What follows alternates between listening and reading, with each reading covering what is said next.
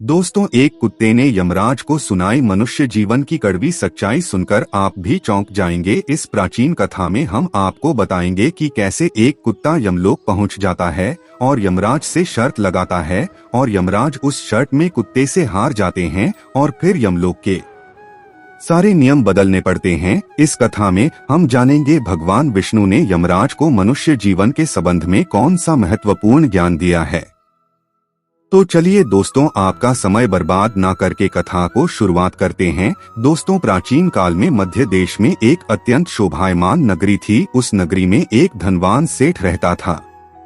वह उस सेठ के पास एक लाल रंग का कुत्ता होता है। वह सेठ बहुत लालची और कपटी स्वभाव का होता है, किंतु वह भगवान विष्णु का परम भक्त होता है। वह हमेशा अपने इष्ट देव भगवान विष्णु की पूजा आराधना करता रहता था। फिर एक दिन उस सेठ की भक्ति से प्रसन्न होकर भगवान विष्णु उससे मिलने के लिए पधारते हैं और उसे दर्शन देते हैं और कहते हैं, हे वत्स, मैं तुम्हारी भक्ति से अत्यधिक प्रसन्न हूँ। मांगो, तुम्हें जो भी वर चाहिए, तुम्हारी जो भी इच्छा और मनोकामना है, मैं अवश्य पूर्ण करूँगा। वह सेठ भगवान विष्णु से कहता है, हे प्रभु, मैं आपके दर्शन करके धन्य हुआ। प्रभु, मुझे कुछ नहीं चाहिए, मेरे पास आपका दिया हुआ सब कुछ है। फिर वह सेठ एक सादा कागज निकालता है और भगवान विष्णु से कहता है, हे प्रभु, आप इस कागज पर अपने दस्तखत कर दीजिए ताकि मैं दुनिया के लोगों को भगवान के होने का सबूत दिखा सकूं। आजकल दुनिया में कोई यह मानना ही नहीं चाहता है कि भगवान है। फिर भगवान ने कहा, ठीक है वत्स, लाओ, मैं तुम्हारे कागज पर दस्तखत कर देता हूँ। इतना कहकर भगवान विष्णु उस सेठ के कागज पर दस्तखत कर देते हैं और अंतर ध्यान हो जाते हैं। फिर वह सेठ उस कागज को हमेशा अपनी जेब में ही डालकर रखता था ताकि वह दूसरों को भगवान के होने का सबूत दिखा सके। फिर कुछ दिनों बाद उस सेठ का वह कुत्ता मर जाता है, जिससे वह शेर बहुत ही दुखी हो जाता है। सेठ का कुत्ता मृत्यु के बाद यमलोक में जाने लगता है। फिर यमलोक पहुंचने के बाद वह कुत्ता यमराज के सामने आकर खड़ा हो जाता है।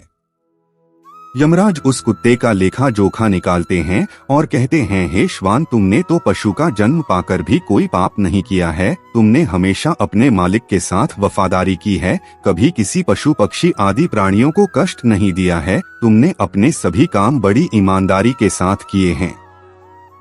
स्वान, एक कुत्ते का जन्म पाकर भी तुमने कोई भी घृणित कार्य नहीं किए हैं, इसीलिए तुम्हारे सभी जन्मों के पाप नष्ट हो चुके हैं। श्वान, अब तुम बताओ, तुम किस लोक में जाना चाहते हो? तुम जहाँ चाहोगे वहाँ तुम्हें भेजा जाएगा। तुम जिस प्राणी का जन्म चाहते हो वह जन्म भी तुम्हें दिया जाएगा। हम तुम पर बड़े ही प्रसन्न है। शीघ्र बताओ, तुम्हारी क्या मनोकामना है? फिर वह कुत्ता बोलने लगता है, हे धर्मराज, आप चाहे मुझे नरक में भेजो या स्वर्ग में, मैं कहीं पर भी जाने के लिए तैयार हो। लेकिन मेरी आपसे विनती है कि मैं जिस भी स्थान पर रहा हूँ, मैं किसी मनुष्य के बंधन में न हो, मुझे किसी मनुष्य की गुलामी न करनी पड़े और न ही मुझे मनुष्य का जीवन चाहिए। आप कृपा करके मुझे कोई उचित स्थान प्रदान करें। कुत्ते की बात सुनकर यमराज आश्चर्यचकित होते हैं और सोचने लगते हैं कि मनुष्य का जीवन पाने के लिए तो देवता भी तरसते हैं, फिर यह कुत्ता मनुष्य का जीवन न देने की कामना क्यों कर रहा है? फिर यमराज उस कुत्ते से कहते हैं, श्वान, तो मनुष्यों से इतना द्वेष क्यों करते हो? मनुष्य का जन्म पाने के लिए तो बड़े बड़े देवता भी तरसते हैं। पृथ्वी पर तो मनुष्य का जीवन ही सर्वश्रेष्ठ है। फिर क्यों तुम मनुष्य का जन्म नहीं पाना चाहते हो? इससे पहले तुम्हें कभी मनुष्य का जीवन नहीं मिला है, शायद इसीलिए तो मनुष्य जीवन के फायदे नहीं जानते हो। तुम एक बार मनुष्य का जीवन प्राप्त करके देखो, तुम्हें पता चलेगा कि उसके कितने फायदे हैं।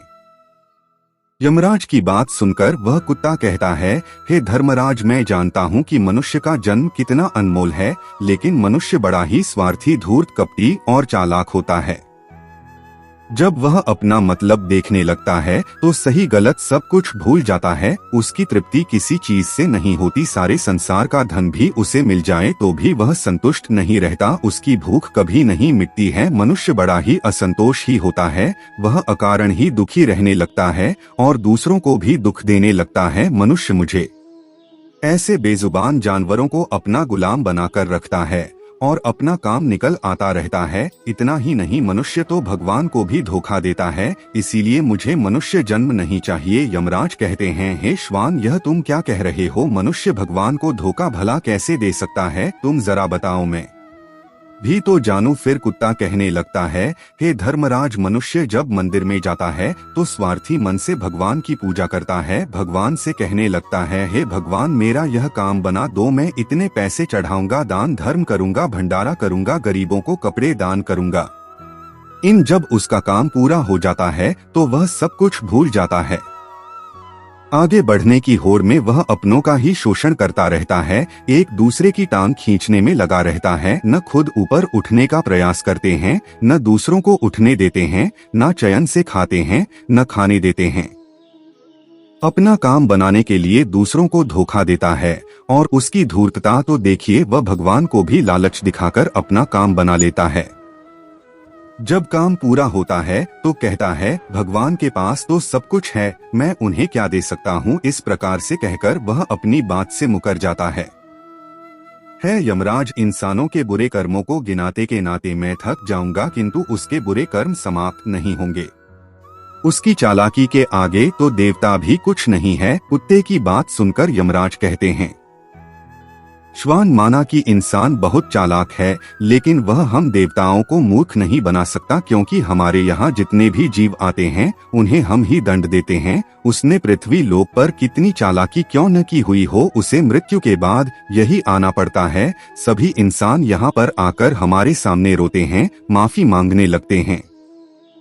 तक जाने के भय से और मेरे भयंकर रूप को देखकर थर थर कांपते हैं। सभी मनुष्य हमारे अधीन रहकर ही काम करते हैं। फिर वह कुत्ता बोलता है, हे धर्मराज, आपके पास जितने भी मनुष्य आते हैं वे सब मरे हुए होते हैं। आपका पाला किसी जीवित इंसान से नहीं पड़ा है। यदि आप किसी जीवित मनुष्य को यमलोक लेकर आओगे तब आपको पता चल जाएगा कि जीवित इंसान कितना खतरनाक होता है। उस कुत्ते की बात सुनकर यमराज को आश्चर्य हुआ और गुस्सा भी आ गया। वे सोचने लगे, यह तो हमारे यहाँ पर आकर हमारा ही अपमान कर रहा है। इस तुच्छ कुत्ते को दिखाना होगा हमारे सामने कोई इंसान कुछ भी नहीं है। इंसानों की चालाकी हमारे सामने नहीं चल सकती। इस बात को साबित करने के लिए यमराज अपने दूतों को बुलाते हैं और कहते हैं, हे दूतों, जाओ और इस कुत्ते के मालिक को जीवित ही उठाकर यमलोक लेकर आ जाओ।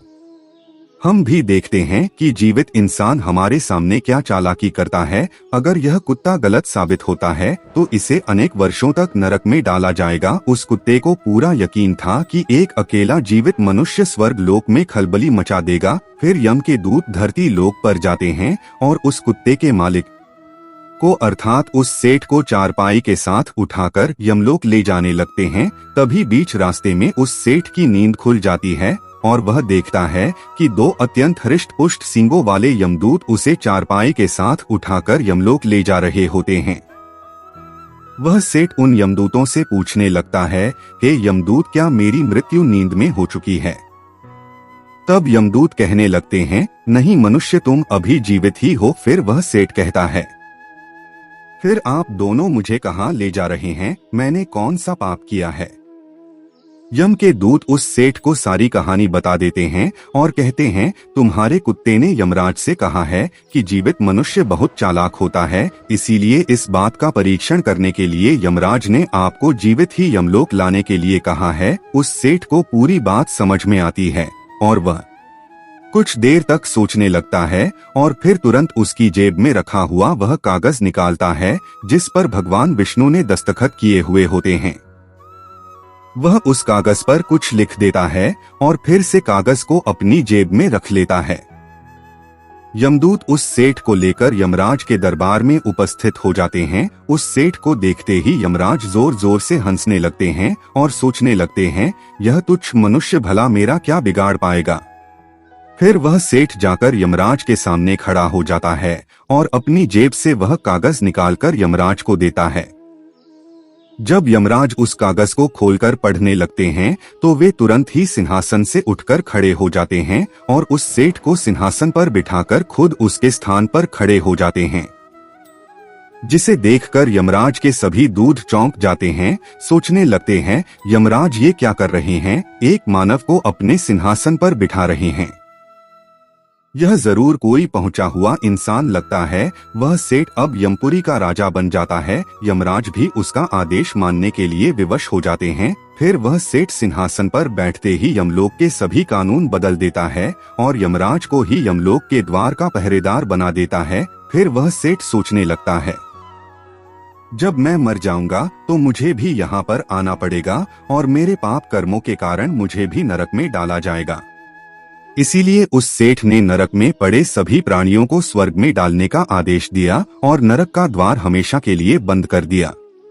और फिर सभी यमदूतों को आदेश दिया कि आज के बाद किसी भी प्राणी को नरक में नहीं डाला जाएगा, सभी प्राणियों को स्वर्ग में ही भेजा जाए। सेठ के इस आदेश को सुनकर स्वर्ग लोक में खलबली मच गई। सभी देवता हैरान हो गए, लेकिन वे कर भी क्या सकते थे। आदेश यमलोक के राजा ने दिया था, इसीलिए चुपचाप सभी उसका पालन करने लगे।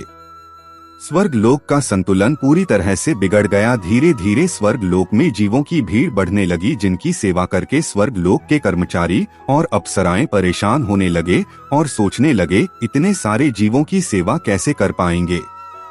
उधर वह कुत्ता सोचने लगा, यमराज को जीवित मनुष्य को यमलोक में लाना कितना महंगा पड़ गया। सेठ जी ने सब कुछ बदल दिया है, आखिर ऐसा कैसे हुआ। फिर वह कुत्ता अपने सेठ के पास गया और पूछने लगा, सेठ जी आपने यह सब कैसे किया। अब तो आप यमलोक के राजा बन गए हैं, अब मैं सारे जी वरना आपका दास बनकर रहूंगा। कृपया आप मुझे बताइए कि आपने यह सब कैसे किया। तब उस सेठ ने धीरे से उस कुत्ते के कान में कहा, जब मुझे पता चला कि मुझे जीवित ही यमलोक ले जाया जा रहा है तो मैंने भगवान विष्णु के दस्तखत किए हुए कागज पर यह लिख दिया कि जिस जीवित मनुष्य को यमराज यमलोक बुला रहे हैं उसे यमलोक का राजा बना दिया जाए, यही मेरा आदेश है। उस कागज पर भगवान विष्णु के दस्तखत देखकर यमराज को लगा कि यह भगवान विष्णु का ही आदेश है, तो उन्होंने बिना विचार किए ही मुझे यमलोक का राजा बना दिया। सेठ की बात सुनकर वह कुत्ता बहुत खुश हुआ और सोचने लगा, इंसानी दिमाग चाहे जहाँ भी रहे खुराफात तो करेगा ही।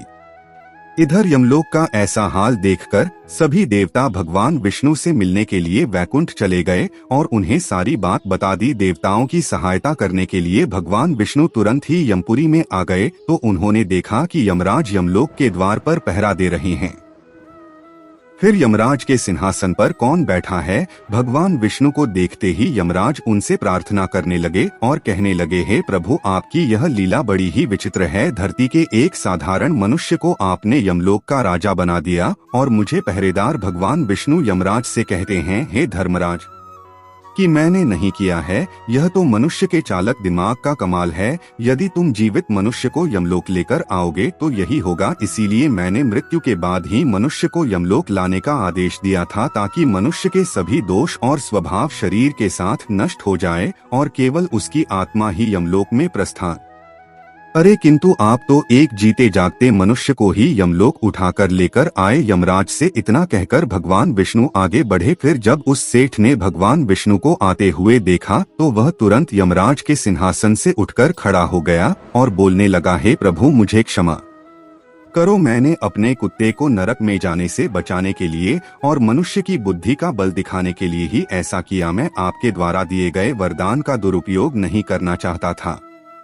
हे प्रभु मैं आपके दर्शन करके धन्य हो गया, अब मुझे किसी चीज की अभिलाषा नहीं है। फिर भगवान विष्णु मुस्कुराए और उन्होंने उस सेठ को क्षमा कर दिया। फिर वह सेठ धरती लोक पर लौट गया। भगवान विष्णु ने भी यमराज को फिर से यमलोक की गद्दी पर बिठा दिया और वे भी वैकुंठ लोक लौट गए। यमराज फिर से अपने सिंहासन पर बैठ गए। तब कुत्ता यमराज से कहने लगा, हे धर्मराज देखिए आपने जीवित मनुष्य की चालाकी, एक जीवित मनुष्य क्या क्या कर सकता है, इसीलिए मैं मनुष्य नहीं बनना चाहता। मनुष्य जब स्वार्थी बन जाता है तो वह अंधा हो जाता है, उसे दोस्त परिवार दिखना बंद हो जाते हैं, लालच में वह धर्म को भी भुला देता है और अनिष्ट कार्य करना लगता है। जब तक वह शास्त्र अनुसार कम करता है तभी तक सुखी रहता है और जब धर्म से विमुख हो जाता है तो क्लेश और बीमारियां उसे घेर लेती है और उसका पतन हो जाता है। फिर यमराज उस कुत्ते को क्षमा कर देते हैं, उसे स्वर्ग में भेज देते हैं और यमलोक के बदले हुए कानूनों को फिर से सही कर देते हैं। तो दोस्तों, इस प्रकार से एक कुत्ते ने यमराज को मनुष्य की असली सच्चाई के बारे में बताया है। तो दोस्तों, अगर ये वीडियो अच्छी लगी हो तो एक लाइक जरूर करें, साथ ही चैनल को भी सब्सक्राइब जरूर करें। धन्यवाद।